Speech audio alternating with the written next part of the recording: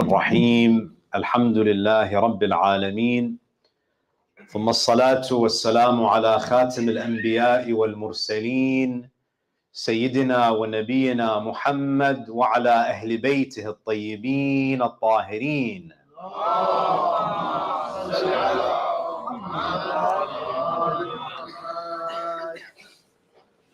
صلى الله عليك يا رسول الله، صلى الله عليك يا سيدي ويا مولاي يا أبا عبد الله،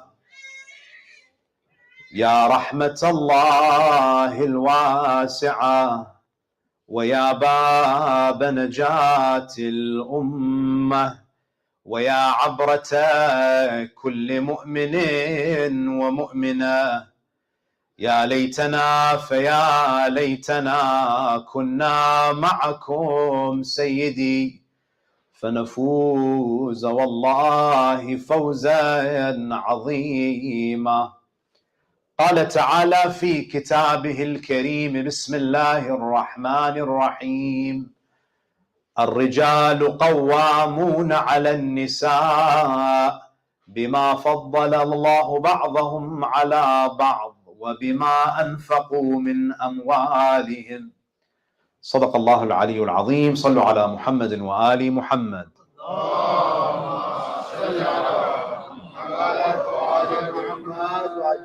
Respected elders, brothers and sisters, Assalamu alaikum wa rahmatullahi wa barakatuh.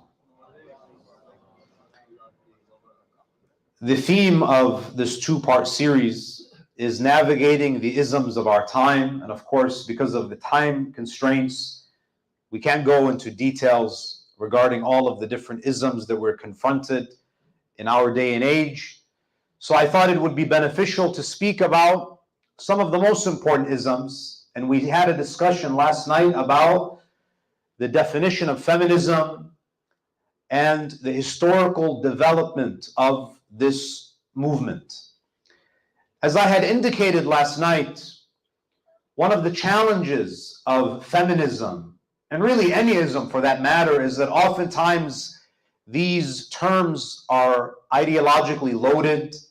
They're based on certain assumptions, and oftentimes these words, they encompass so many different ideas and concepts that they effectively become meaningless.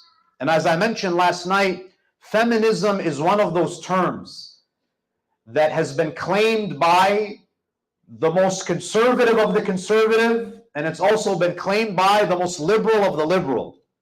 You have, for example, in early feminist movements, conservative women who were speaking out against the objectification of women, who proudly identified as feminists. And as I mentioned last night, today you might even have women who work in the adult industry who also identify as feminists. We also looked at the definition of feminism, and we mentioned, of course, that there are many definitions of feminism. Probably the most famous, and the one you'll find if you Google search the term feminism, is that we said it was the advocacy of women's rights on the basis of equality of the sexes. And we said that, this is a very generic definition, and to the untrained eye, there doesn't seem to be anything wrong with this definition. You would think that any rational, open-minded, progressive person would want a society where we aim and we seek out equality between the sexes. However, we mentioned that Islam does not advocate equality between men and women. Why? For the simple reality that there are differences between men and women that cannot be ignored. And there is a plethora of research that shows that there are indeed psychological, physical, hormonal, cognitive differences between men and women. And the Sharia takes this into consideration. If you look at the Islamic laws, many of the Islamic laws are fundamentally gendered. And they're not gendered because Allah subhanahu wa ta'ala privileges men over women. They're gendered because Allah knows what He created. He knows that there are differences between men and women, and if you treat both men and women equally, you will inevitably wrong both of them. You will oppress both of them. Now, we mentioned last night that as Muslims, we have to be people of discernment. We should not uncritically embrace feminism or any ideology for that matter. As the Quran states, Allah subhanahu wa ta'ala, when He describes the believers, He says, الَّذِينَ يَسْتَمِعُونَ الْقَوْلِ فَيَتَّبِعُونَ أَحْسَنَ. A believer is that person who listens attentively and follows that which is best. And the idea here is a mu'min should be such a person that they can critically analyze ideas and concepts in a way where not only are they able to distinguish between what is sound and what is corrupted, between what is good and what is bad, but they can even distinguish between what is good and what is better. Now, with that said, before any of us embrace a philosophy or an ideology, it's important for us to examine the origins of these ideologies, to look at some of the most prominent thinkers and theorists, to study the historical development of these movements. So we mentioned last night that when you look at the historical development of Western modern feminism, you see that the discussion often begins, depending on who you're speaking to, it usually begins with first wave feminism. And we mentioned that even prior to this official first wave, you have prominent feminists like Mary Wollstonecraft, who writes a book called The Vindication of the Rights of Women, where she essentially articulates a very important argument. And she's speaking in a context, in a world where women are deprived of education. They're not given equal access to education. And she makes the argument that a woman's education should match her position in society. If we are the primary caregivers and the caretakers of children, our education should matter.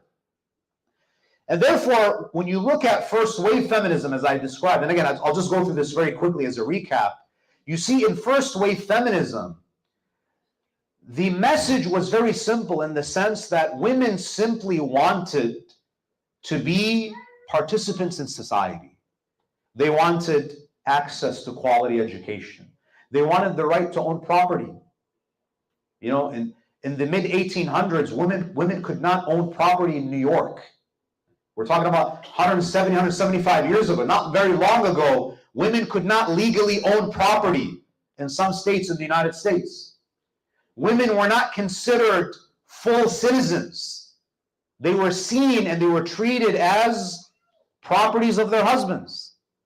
So women were basically advocating for their right to education, their right to be seen as independent citizens.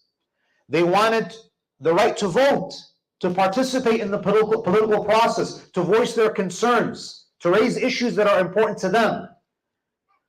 So many of those first wave feminists, they were abolitionists who were denied a seat at the table simply because they were women. And therefore you have figures like Elizabeth Cady Stanton, figures like Susan B. Anthony advocating for their right to participate in the political process. Now, from an Islamic perspective, as I have mentioned, Muslim women never really had to fight for these rights in the sense that Islam granted them these rights 14 centuries ago. In fact, some of the greatest scholars in our tradition are women. Some of the most prolific narrators of hadith are women. So, for a Muslim, we sympathize with those first wave feminists because they were essentially advocating for their God-given rights, rights that were affirmed and granted to them by their creator, according to our tradition.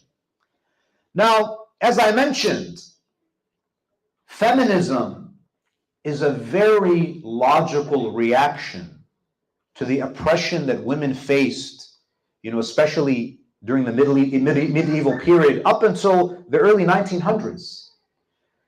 Now, what often happens with human beings is that we identify a real problem, but the solutions that we propose are often very extreme.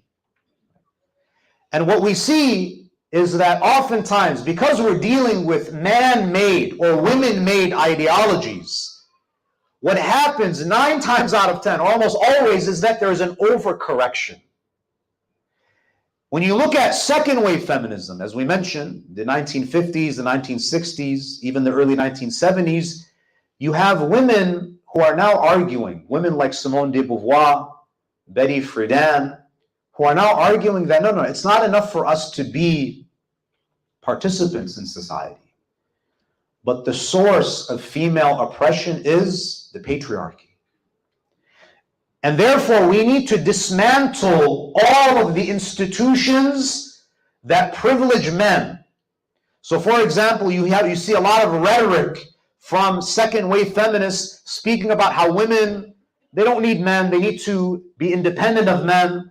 They shouldn't bog themselves down, in institutions like marriage, right? So we mentioned last night that Betty Friedan, she would say that, marriage is a comfortable concentration camp, that, a woman shouldn't tie herself down. Now, again, it's important to state parenthetically that no one is denying that there are bad husbands out there.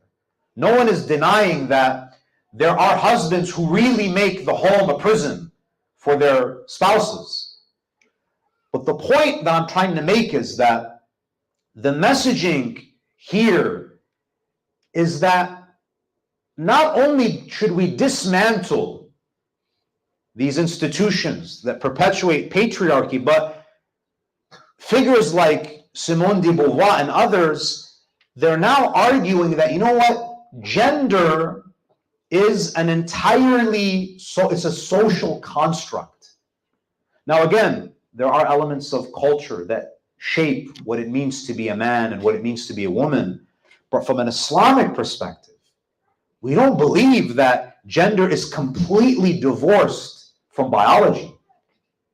Women have certain inclinations, men have certain inclinations, and you can't just chalk it up all to societal forces. So second wave feminism, there is this notion of gender being a social construct, a devaluation of motherhood and housewifery, where basically you have some feminists saying that, if you stay at home and you're a housewife, you're living a boring and unproductive life. We mentioned some of the problems with this. Now, Betty Friedan, after she published her book called The Feminine Mystique in 1963, and this also coincided with the sexual revolution of the 1960s and 70s. Women were now joining the workforce in large numbers. She wrote a book about 10 years later called The Second Stage, where she basically wanted to assess women's well-being 10 years after she published her book. So she saw now that, okay, women were now working. They were building their careers. Surely they should be more happy. So she conducted research, and I want to read to you some of the comments that she makes. So in 1970, she publishes The Second Stage. And she interviewed women who now had prioritized career. They're spending less time at home. And some of them have even delayed marriage. Because again, her message was what? Marriage is not good for women. Marriage and having children puts women at a disadvantage. So she interviews women and she writes, and I quote, she says, women are experiencing more signs of psychological stress than women in their 20s and 30s had in the 1950s. She says that based on my interviews and my research, women are actually more stressed out now than they were in the 1950s. And she says, and many of them were more likely, meaning these women who are now career women, who have delayed marriage, who are not spending as much time within the household, she says they were more likely to feel on the edge of a nervous breakdown than young men. Now, she also writes, she says we had better find a change. She basically admits here that, the solution, it seems, that wasn't for just to encourage women just to go into the work field. Now again, I'm not saying that it's haram for women to work. What I am saying is that you have second wave feminists who initially were encouraging women to work and be like men. Men prioritize their careers. You should do the same. If you want to liberate yourself, you should just live your life just like a man would live his life. She says we had better find a change, but change is hard. And then look at what she says. Because women have almost a religious feeling about the women's movement. Betty Friedan here is saying that for many women, especially in the 1960s and the 1970s, and even today, she says that feminism has become like a religion for them. It's become like a religion, and she says there's a sacredness, a reverence, and awe. It keeps us from asking questions about what really matters to women. As I mentioned last night, there are a lot of sisters in our community who tell me, and I get these messages, they say, Shaykh, I wish I could just be a housewife. I wish I could just be a stay-at-home mom. But unfortunately, we live in a society today where if a woman is not working and she's not making her career the center of her life, she is seen as a failure. Sometimes by her own parents, sometimes by her own spouse. One of the sisters was telling me today that, Sheikh, a lot of sisters, when they get to know, when they're speaking to other gentlemen with the prospect of getting married, some brothers, the first question they ask is, what do you bring to the table financially? What do you bring to the table financially? Now, I'll speak about this, inshallah, at the end of my lecture, but just to kind of continue our discussion. So, second wave feminism, this is what we're seeing. Women are actually not happy.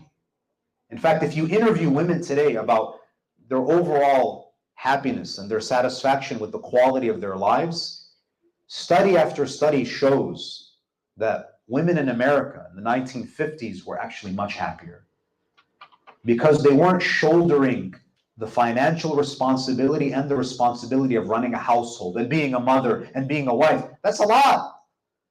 And therefore, Allah subhanahu wa ta'ala, in His wisdom, there is an emphasis on these traditional gender roles. Now, I know life is complicated, and many of us may not have the luxury of arranging our lives where we can live on one income.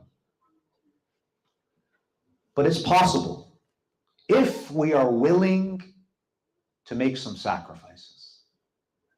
Yes, you might not be able to drive your Tesla and live in your 4,000 square foot home, but we have to live with our choices. Wouldn't it be better to downgrade a little bit and maybe live in an apartment or live in a townhouse? Right? Would it be awful to trade in your Tesla and get a minivan? Yeah, I think that would probably be awful. Don't get a minivan. I'm against minivans. What I'm trying to say is that we have to live with our choices. It is possible. There are people who live on one income, but it means that we have to be a little bit more frugal, because what do you want out of life? If you want a fancy car and you want a house with 6 bedrooms, fine. But that comes at a cost. Because if both the mother and father are working, that means you're going to have to outsource the tarbiyah of your kids. You're going to have to put them in daycare. And guess what, brothers and sisters?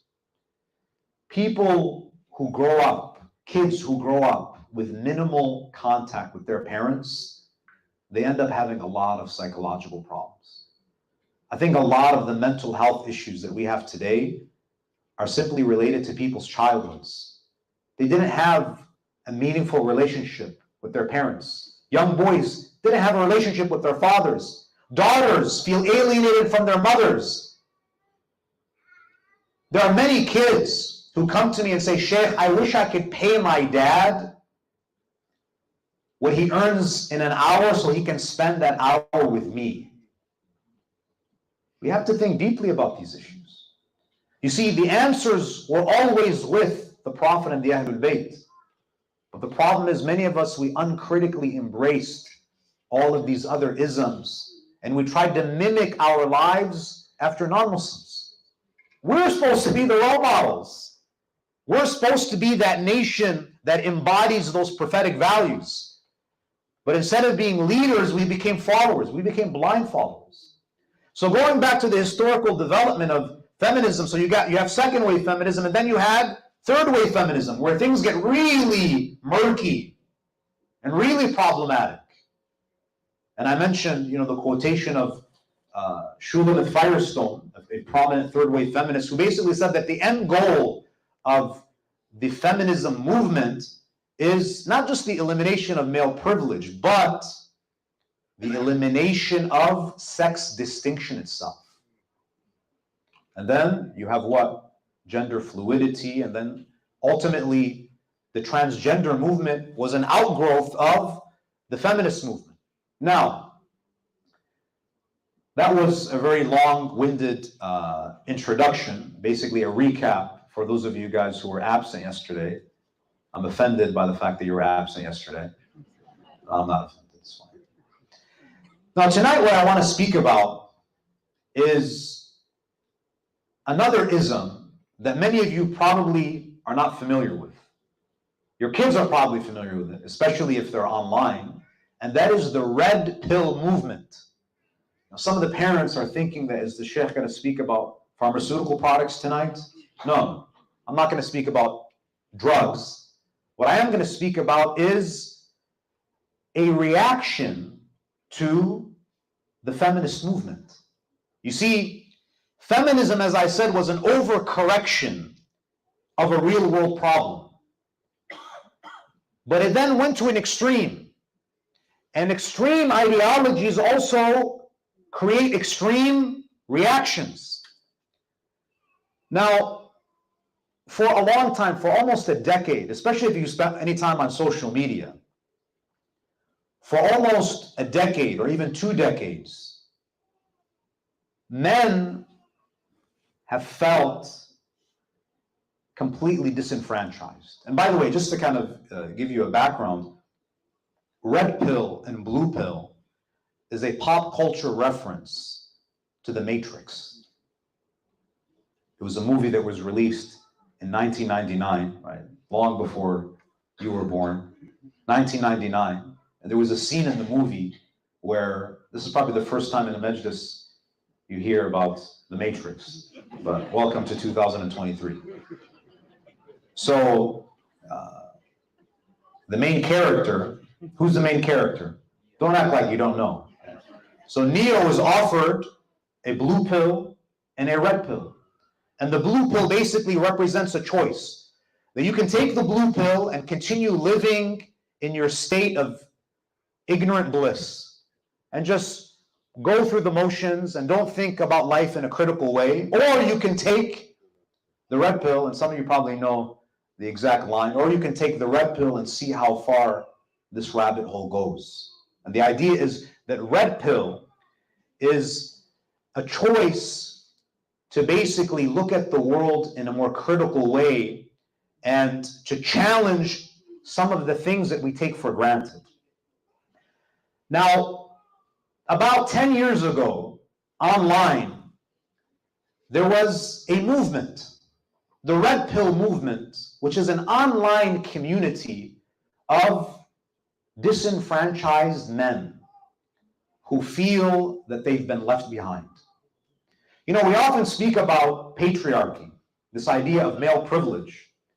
But I'll tell you, sisters, and I'm saying this to you as your brother and someone who's traveled around the world and spoken to many young men, that many young men, and when I say many, I'm talking about like 90% of them, they feel completely invisible.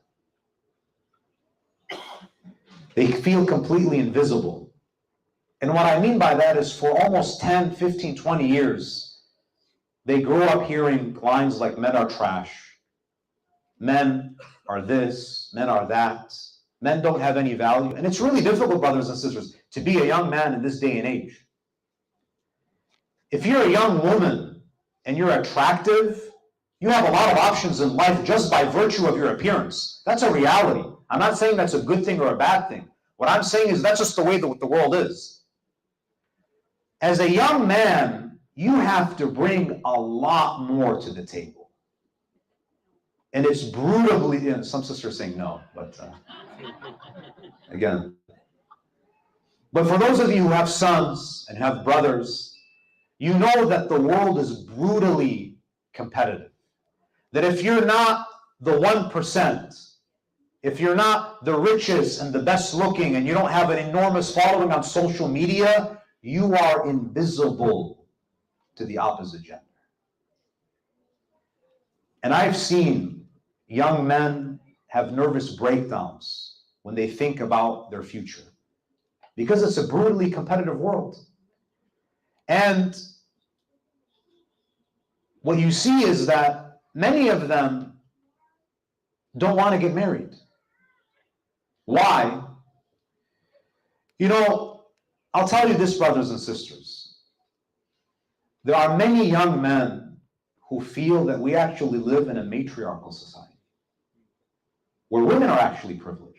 Again, I'm not going to get into whether they're right or wrong. I'm speaking to you about perception. I'm speaking to you about those 18, 19, 20-year-olds, 25-year-olds, 30-year-old men who come to me and they're single, and I have conversations with them and I try to understand, why don't you have a family? Why don't you get married? And oftentimes they are traumatized by the stories that they've heard from their fellow friends, their brothers. Because the reality is, in certain parts of the world, like the United States, like Canada, family law is biased towards women. And I know many brothers who tell me that they have no incentive to get married. There is no incentive for me, Shaykh, to get legally married. Why? Because I can lose half of everything that I've built in my life just because my wife doesn't like me anymore. Because if I have children, because I have to shoulder, from an Islamic perspective, the burden of financially providing, and I am in charge, I'm the protector and provider of my family, but at the same time, I don't have any authority. I don't have any authority. I have to provide, I have to protect, I have to put my life on the line if there's a danger. But at the same time, I'm at the bottom of the totem pole. If I say anything, you're misogynistic. If I set any rules, I'm not allowed to set rules. Now, I honestly believe that is, if we're going to be open and honest, I think that that's a valid concern.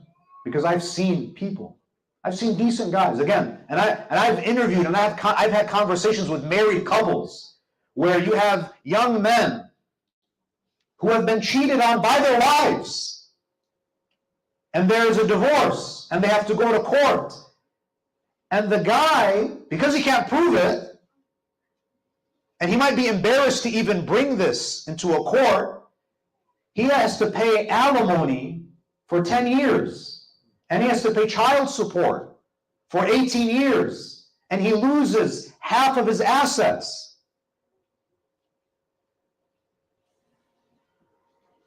So is it a surprise that a lot of young men don't want to get married? You know, we can just say that all men are they're just a bunch of, they're all immature. There are a lot of decent guys out there who are just petrified because everything that they worked for could be taken away from them. I know brothers who have lost custody of their children, and they've been demonized to such an extent that they haven't seen their kids in a decade. Now, again, there might be certain circumstances where that might be necessary because of violence and whatnot, but oftentimes it's not. It's just People feel very hurt in divorce and they become very vengeful, and people don't fear God anymore. They manipulate, they make up stories. I've seen grown men sob like children in front of me because of how much pain they've experienced. It's real. And I don't think it's Islamic for us to just dismiss the pain and the agony that many men have felt. Yes, women are oppressed. There are women who are oppressed and who are wrong, but there are a lot of men who suffer in silence. You never hear about them because it's a lot more difficult for men to open up about these things. But it does happen. So the red pill movement is a very natural reaction to what we see. So you have these men online. Again, just like with any ideology, you're going to have some good and you're going to have some bad. There are some values within the red pillism that are Islamically endorsed. But there's a lot of rhetoric, a lot of ideas that are un-Islamic. So for example, one of the things that is highly emphasized, in these red pill communities, and a lot of young Muslim boys, they gravitate towards these red pill influencers on YouTube and on social media. Why? Because for the first time in their lives, they're hearing a message that is uplifting, and that is, no, you're not trash. You have value. There's nothing wrong with being a man. There's nothing wrong with masculinity. Because what feminism has done, and many strands of feminism, it's vilified masculinity. Now, when you look at the Quran, and by the way, this is something very important. Oftentimes when you speak with sisters or brothers or whoever who identifies as a feminist, one of the objectives of feminism is the dismantling of patriarchy. Right? It seems that some people, when they take a gender studies course, again, not everybody, but some of them, it seems that the answer to all of the world's woes is patriarchy. It must be really nice to just have a one-word answer to all of the problems of the world. Life is much more complicated than that. So, patriarchy. What does patriarchy mean? Again, many definitions. But if you say that patriarchy is a system where men are in positions of authority, if you look at what I mentioned last night, if I were to summarize the two biggest problems with feminism, it's the following. Number one, the message of absolute autonomy. The idea of autonomy basically is that you live according to your own will. Now, that is literally the opposite of Islam. That's the opposite of submitting to God. Whether you're a man or a woman, no Muslim should live their lives on the basis of full autonomy, meaning that we should always ask ourselves, how can I live my life in accordance with the will of God? Not with my own will, not with my own about what's best for me. Because ultimately the will of God is best for you. That's number one. Feminism doesn't teach you that you should elevate the will of God above your own will. That's not what it teaches. Because many of them are secular in nature. The second problem with feminism is it basically argues that the root, the cause of female oppression is patriarchy. Now, why is this problematic? It's very simple. Women were oppressed in Mecca before the advent of Islam. In fact, Mecca was a society where newborn female infants were being buried alive. Women were literally being bought and sold as property. The Prophet arrives. Islam begins. What does Allah subhanahu, so is the source of female oppression patriarchy in Mecca? The answer is no. If it was, Allah would have identified it as such. So what does the Prophet do? What is the prophetic solution to female oppression in Mecca? Is it dismantling the patriarchy? Because that's what feminism is proposing. Does the Prophet employ kind of a bureaucratic intervention where he removes all males from position of authority and he replaces those positions with females. Is that what the Prophet does? The Prophet doesn't do that. What does he do? He gives those men in positions of authority a path of redemption to become men who are worthy of holding authority. And what that means is, having authority doesn't mean that you abuse those who are under you. It means that you nurture them, you care for them. And hence, the Quranic message, الرِّجَالُ قَوَّامُونَ عَلَى النِّسَاءِ, that men are the qawwamun over women. They are the caretakers. They are the protectors of women. They are in charge of women. But again, because of our present context, one of the things that feminism has done is that it has conditioned people to always see male authority as something that is inherently problematic. Islam says, no, the problem is not with male authority. It's with incompetent male authority. Healthy, competent male authority is good for society, because men need women and women need men. If you're going to argue that we need to dismantle all forms of male authority over women, then you're going to run into some issues here. For example, if a virgin girl wants to get married and a suitor comes forward, whose permission does he need? He needs the permission of who? The father.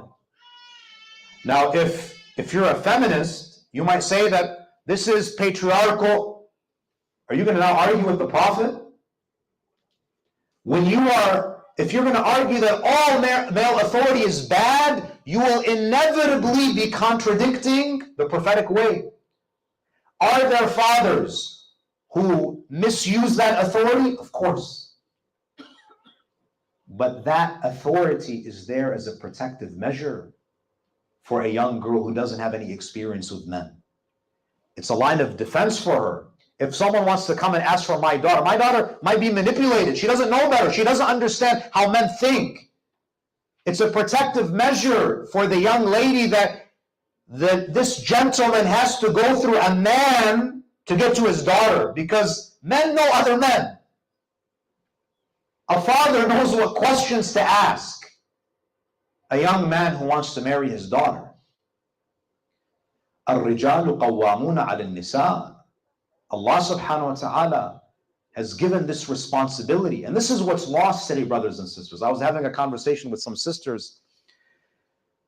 We have a maturity problem. I think that, as a father of a daughter, I also worry about my daughter's prospects. She's only 5 and I'm already thinking about, things don't look good when it comes to maturity among some of these boys.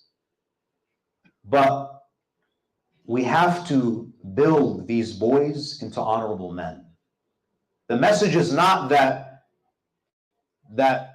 men are worthless and all male authority is bad. No, male authority is a good thing, but we want competent male authority. Allah subhanahu wa ta'ala states that men are, husbands especially, are the providers, because that's what the word qawwam means. الرِّجَالُ قَوَّامُونَ. This is actually a derivative of one of Allah's names. Allah is al-Hayy al-Qayyum. Al-Qayyum implies the caretaker, the protector, the provider. Men also have this duty. But again, it's very logical that if a man is to shoulder this immense responsibility, they also have to have some authority. You can't say that you are going to be the provider and the protector, but you have no authority. Your word means nothing. I want to share a hadith with you, brothers and sisters, because I think oftentimes we live in a society where, and a lot of fathers, they do feel this. They feel that, listen, I pay the bills, but I just feel like an ATM. I'm not respected in my household. And again, I always have to say this because people get a bit emotional and offended. there are husbands who do not carry themselves in a way that is Islamic. There are husbands who are harsh towards their wives and their children. There are husbands who abuse their power. There are husbands who weaponize ahadith and weaponize Quranic verses. We understand that. But there are many husbands out there who don't, who are working hard to provide for their families. And no one's perfect, by the way. You're not perfect as a wife. Your husband's not perfect. But if there is a household where there is not a male authority, there is not someone who's the head of the household. And by the way, every organization has a head. A country has a prime minister. A country has a prime minister. A company has a CEO. A school has a principal. All of a sudden, when it comes to the family, oh no, there's no leader. We're all equal. The buck has to stop with someone. And it's not because men are better than women. It's because there needs to be a head. The buck has to stop with someone. So it's not that Allah subhanahu wa ta'ala elevated your husband and he's better than you. No, Allah has relieved you of that responsibility. But as men, we have to rise to the occasion. We have to be mature, wise, benevolent leaders. I want to share with you a hadith from the Prophet sallallahu alaihi wasallam. How much time do I have?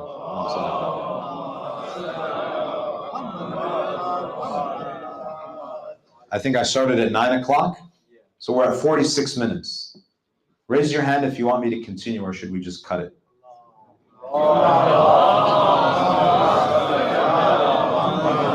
A lot of hands were raised, but I'm looking at the brothers who didn't raise their hands. What do you got to do tonight? So I want to share a hadith with you. And again, at first glance, when you hear this hadith, you know, I heard the sisters were really pleased with last night's majlis. It was a bit of a parade, but here's a hadith that's going to rain on your parade a little bit. So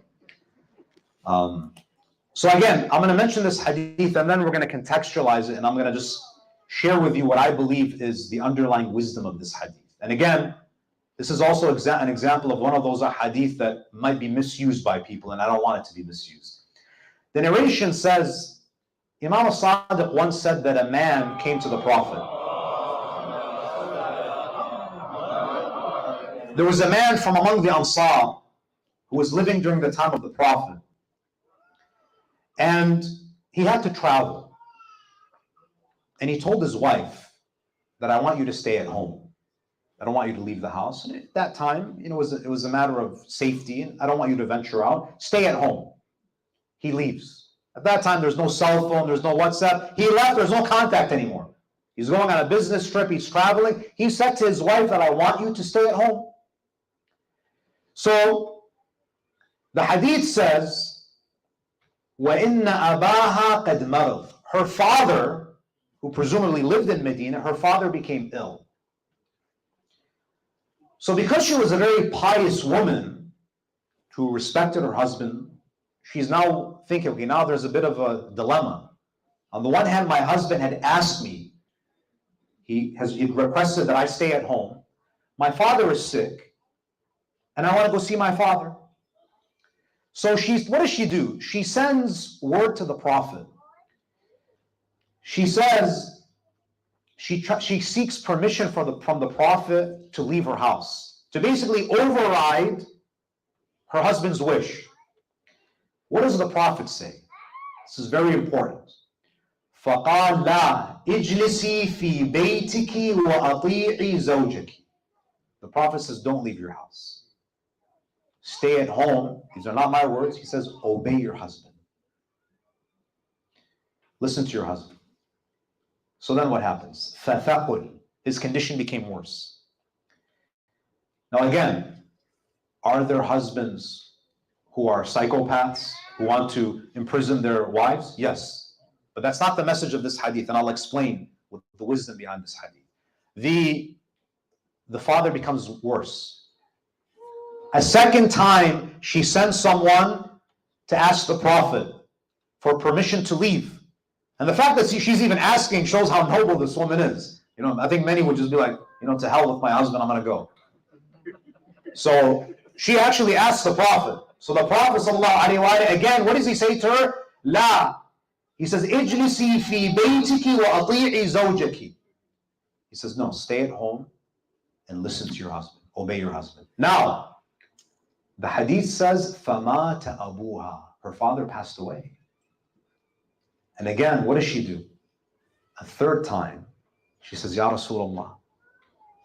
I mean, look, what's admirable about this woman, I think, is that she wants to know what is going to bring her closer to God. It's not about what I want. It's about what would be most pleasing to God in this situation. She asked the Prophet, should I go so I can pray over the janazah of my father? Now you would think that the Prophet would have been like, forget about what your husband said, go ahead. But what does the Prophet say? He says, La ijlisi fi baytiki wa ati'i zawjaki. He says, no, stay at your home. Now, her father was buried. The Prophet prayed over him. And then the Prophet sent a message to her. And he says to her, إن الله قد غفر لك ولأبيك بطاعتك لزوجك. The Prophet says, Allah has forgiven your sins, all your sins, and He has forgiven all of the sins of your father because you showed respect to your husband. Allah rewarded your father for raising a woman who did not just disregard the words of her husband. Now, you might say that this is an extreme example. Again, we don't have more information about the context of this hadith. But I think that the underlying message here is that, yes, from a fiqhi perspective, if we're just talking about law, what is halal and haram, if your husband says, honey, can you get me a cup of water? Technically, it's not wajib on you to get him a cup of water. You can be like, honey, can you stand up? Oh, you see, you have legs. You can actually walk. You can do that. It's not wajib on you. And by the way, since you're already standing, can you get me a sandwich? I don't know if you want to do that. The point is that, yes, if you're talking about halal and haram, yeah, it's not wajib. A wife doesn't have to obey her husband, except when it comes to one area of the marriage, and that is that if your husband wants to be intimate with you, for the sake of your marriage, don't deny that. Because if that aspect of the marriage is not fulfilled, it's not good for you or your husband or your family. Now, but from an akhlaqi perspective, we're not talking about law, whether it's wajib or not wajib. If your husband asks you to do something, it's better for you to listen. It's good. It's rewarding to do things for your husband. And it's rewarding to do things for your wife. In fact, there's a hadith from the Prophet where he says, أَعْظَمُ النَّاسِ حَقًّا عَلَى الْمَرْأَةِ زَوْجُهَا. The Prophet, not Shaykh Azhar, don't come after me. The Prophet, he says what? He says the person who has the greatest right over a woman is her husband. More than her father? Yes. More than her mother? Yes. Your husband. This is lost in today's society. I have, 9 times out of 10, families become dysfunctional when there's no strong male figure. If the husband, if the father is just treated like riffraff, he has no authority in the house, believe me, it messes up the kids. It creates a very bad dynamic in the household. Again, I have to state parenthetically, because people are very emotional when it comes to these issues. There are men who abuse their authority. It's almost like every 5 minutes I have to say, oppressing women is bad, as a disclaimer. What I'm saying, my dear brothers and sisters, yes, it's not wajib upon you to obey your husband, to listen to your husband, but it's mustahab. It's highly mustahab. You know how many lectures I've heard, and this drives me crazy, and I'm sure you've heard this, and the sisters seem to like this a lot. You know, sometimes you have a Maulana that says, your wife, she's not obligated to cook for you, to clean for you, to iron your shirt. She's not obligated to do this. She's not obligated to even be nice to you. You're lucky that... And then the list continues of all the things that she's not obligated to do. Now again, technically, from a fiqhi perspective, he's right. She's not obligated to do anything. She's not obligated to cook for you. She's not obligated. But imagine I sat on the minbar right now, and I said to you guys, brothers and sisters, it's not wajib upon you to pray Salatul Layl. It's not wajib upon you to read Ziyarat Ashura. It's not wajib upon you to do Nafilat al-Fajr or Nafilat al-Dhuhr. It's not wajib upon you to read Quran every day. You would say, Shaykh, I know it's not wajib, but it's mustahab. Why are you discouraging something that is so rewarding by Allah subhanahu wa ta'ala? Again, stating parenthetically, as a disclaimer, you could tell I have a lot of experience giving these types of speeches. As a disclaimer, I will say that yes, there are a lot of husbands who don't appreciate. And it's a problem that they don't appreciate. You guys want to hear something humorous? I know it's a Shahada night, but sometimes we have to lighten the mood a little bit. It's important to be grateful to our spouses. You know, there's a story about a man who went to the local masjid. I think it was probably Friday prayer. And this guy attended Friday prayer, and the Maulana was speaking about the importance of showing appreciation to your spouse. And he was speaking to the man that, brothers, alhamdulillah, Allah has blessed us with wonderful wives who go above and beyond what they're religiously required to do. You know, we need to be grateful. A mu'min should be grateful to Allah and to those who do good. So this guy thought to himself that, you know what, you're right. I should go home and express my gratitude to my wife. It's because I really haven't verbalized it. So he goes home and he has the plan this to kind of just shower his wife with gratitude.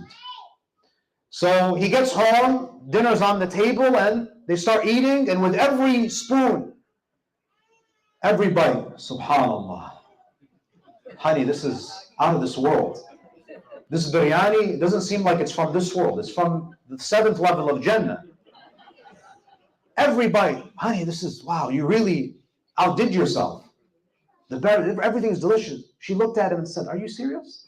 He says, yes, wallah, this is the most delicious meal I've ever had in my life. She says, we've been married for 30 years, and not one time did you compliment my food. The one day the neighbor brings dinner, you... What I'm saying, my dear brothers and sisters, is that we have to be grateful to one another. We have to respect each other. And part of that respect is wives also need to respect their husbands. Yes, your husband is not perfect, but you'll have a better marriage if you treat your husband as the head of the household. That you don't just make decisions without consulting with him. Because men are at their best when they rise to the occasion and they're afforded that respect. A man who is disrespected is a man who is not going to be a pleasant person to live with. There are many who are not worthy of respect, but at the same time, we're all human. You're not perfect. Your husband is not perfect. We have to be patient with each other. And ultimately, we have to go back to Islamic values. We have to really ask that fundamental question. It's not about what I want, and it's not about what you want. It's about the ultimate goal of life. And that is what?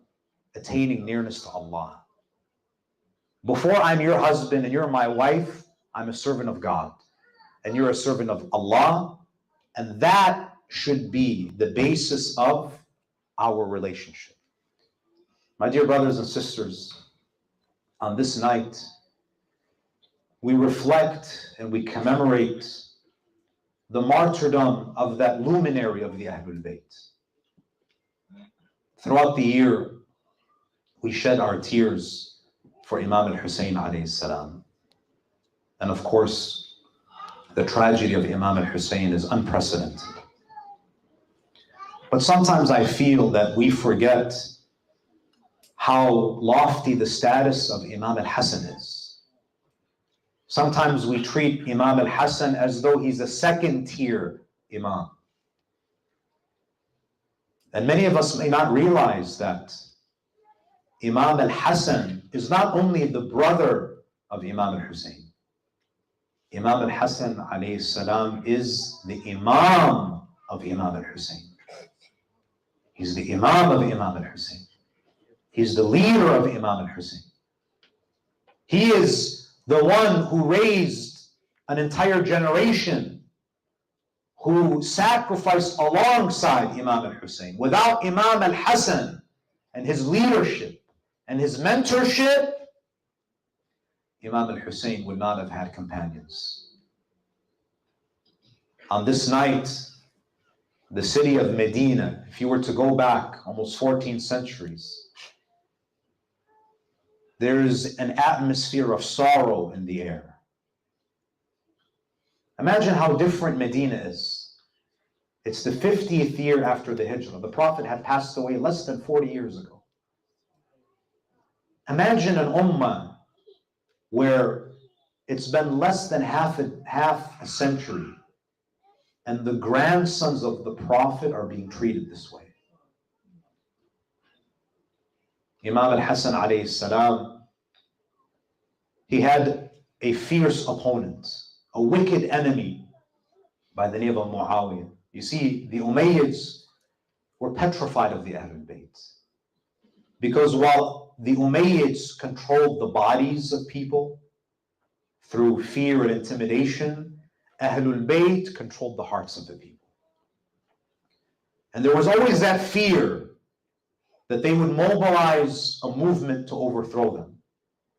And Imam al-Hasan was always seen, even though he wasn't, the Imam just simply wanted to establish Islam. The Umayyads always saw the family of the Prophet as a threat to their empire. And for this reason, the historical accounts tell us that Muawiyah poisoned Imam al-Hussein 5 times. We only hear about the last one. But he would bribe people to inflict harm upon the Imam. And he would send messages to the Roman Empire to purchase the most potent of poisons. He sends a letter to the Emperor of Rome saying that I want to purchase the most toxic poison that you have. Something that you reserve for your worst enemies. And the emperor, through his correspondence with Muawiyah, he says, there's a poison that we have, but it's not a poison that we give to human beings. It's too harsh. It's too corrosive. It's too toxic. This is something that we would only give to our absolute worst enemies. Muawiyah says, it is for my absolute worst enemy.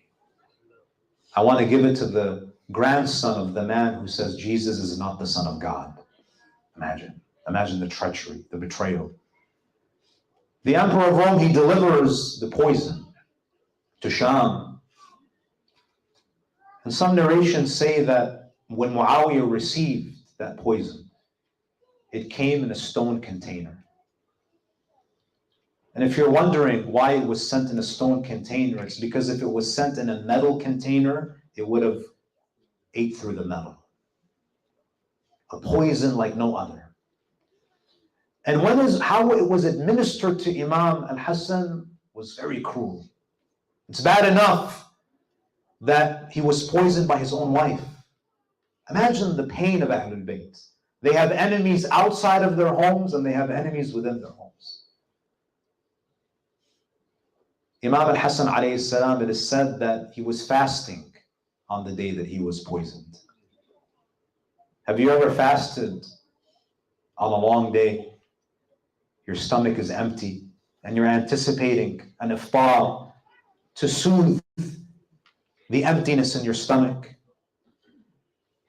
Ju'da, the wife of Imam al-Hasan, who was promised by Muawiyah that if you poison al-Hasan, I might consider you as a spouse for Yazid. So she administers the poison in his food. The narrations say that the moment he put that poison in his mouth, because of how strong that poison was, the Imam alayhi salam, he cried out, لَقَدْ تَقَطَّعَتْ أَعْشَائِي. The Imam, he says that I could feel my intestines melting as I consumed that poison. And she leaves the house after poisoning the Imam. Imam Ḥasan alayhi salam, somehow he's able to send word. He calls for his brother Imam al-Hussein. Imam Ḥasan alayhi salam is now in his final moments. That poison was very corrosive. Imam al-Hasan alayhi salam is on his deathbed. When Imam al-Hussein receives word that his beloved brother was poisoned and he's on his deathbed, you can only imagine how quickly Imam al-Hussein rushed. If Imam al-Hussein rushed to Abbas when he fell, imagine how he rushed to Imam al-Hasan. He rushes and he opens the door of that room and his eyes fall on his brother's face. He sees his brother. He saw a pale face. The face of Imam al-Hasan was so pale that Imam al-Hussein began to cry. And when Imam al-Hasan looked at his brother Hussein and he saw those tears, Imam al-Hasan said something that breaks the hearts of all the Shias. He says, Aba Abdullah, la tabki. Oh, my brother Hussein, don't cry. He says, La yawm ka yawmika ya Aba Abdullah. Because there is no day like your day, ya Aba Abdullah. If you have tears, save them for yourself. Imam al-Hasan alayhi salam, he gives his final wasiyah. The family, they gather around. There's a moment before the arrival of the other family members. Imam al-Hasan alayhi salam, he's vomiting. He's vomiting blood. And some reports say that there's a knock on the door. Imam al-Hasan immediately wipes the blood from his mouth. He pushes the bowl away. He hides it. Imam al-Hussein, he's saying that, why are you hiding the bowl? Leave the bowl. You're in agony. He says, Akhi Aba Abdullah, I'm worried that Zainab is on the other side of the door. Our sister Zainab, our beloved Zainab. I don't want to hurt Zainab. I don't want Zainab to see me like this. Sayyidah Zainab alayhi salam was so beloved to Imam al-Hasan, Imam al-Hussein. Imam al-Hasan alayhi salam, he tells his family members that after me, your Imam is Hussein. After me, the remnant of Rasulullah is Imam al-Hussein. He gives Imam al-Hussein alayhi salam everything that he needs to give him. And then he says to his family that I want to be buried besides my grandfather Rasulullah. But Imam al-Hasan, he knows the hatred in the hearts of the people. He says to Imam al-Hussein that, my brother, if you're not able to bury me besides Rasulullah, I do not want any blood to be shed because of me. Take me to Jannatul Baqir. The narrations say that Imam al-Hasan alayhi salam, his condition worsened. The Imam alayhi salam was going in and out of consciousness. His forehead begins to sweat. فَعَرَقَ جَبِينُهُ وَسَكَنَ أَنِينُهُ وَمَدَّ رِجْلَيْهِ. He's reciting the kalima, La ilaha illallah, Muhammadun Rasulullah, وَقَدْ ثُمَّ فَاضَتْ رُوحُ الدُّنْيَا. The soul of Imam al-Hasan departs this world. When there's no voice coming out of the body of Imam al-Hasan, you can only imagine the cries of Zainab, Ewa Hasana, Wa Sayyida, Wa Maghluma. There is lamenting, there is weeping, there are cries coming out of that room. Imam al-Hussein and Abu al-Fadl al-Abbas and the other members of Bani Hashim, they prepare the janazah of Imam al-Hasan. Imam al-Hussein, he does the ghusl. He wraps the kafan around his brother. They take that coffin. As they carry the coffin, Sayyida Zainab, she says to Aba Abdullah, Ya Aba Abdullah, put the coffin down. They say to her, oh Zainab, why do you want us to put the coffin down? She says, I want to have one final moment with my brother. I want to have one final farewell to my brother Ḥasan.